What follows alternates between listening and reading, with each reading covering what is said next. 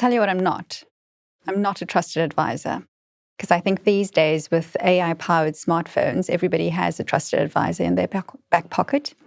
And so we as an organization at Wanstor want to be known as the doer. So we are a global technology solutions and services company. So we work with mid-market enterprise clients around the world, delivering their outcomes. That's what we do.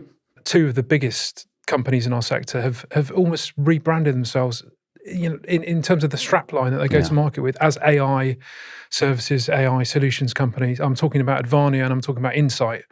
I don't know if it's too early to go to put the AI in front of the strapline, but yeah. Well, I'd say, it's core to what we do, for sure it is, in our go-to-market and services, but not quite making it to the title of the company at the moment. Not quite. Is there a killer user case for AI? 100%. If you just look in channel organizations like ourselves, right, service desk being perhaps an obvious example, but the use of automation and AI and optimizing process in our service desk platforms is huge, and it has a real world impact as well. So the way in which we can predictively answer inquiries, the way in which we can speed up our mean time to resolution, self-service for our clients, the list goes on and on. So real impact in that space, I think.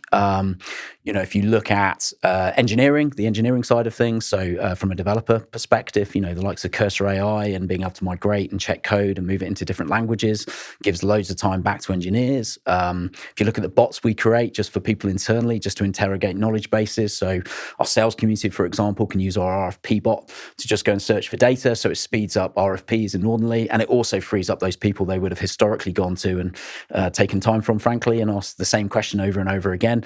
So loads and loads of cases just within a business like our own. So we're thinking of AI incubators that are pre-priced out the box, able to give people the guardrails for them to actually take to get to market, something that is predefined without them having to do too much of the work. The whole notion of agency and agentic AI is giving organizations, I think, the ability to not just experiment with artificial intelligence, but really try and be bold in terms of what they want to deliver. So things in the charity space where you want to look at campaigns and how to optimize so that you can see donor churn, or you want to look at how marketing campaigns need to be optimized for public services.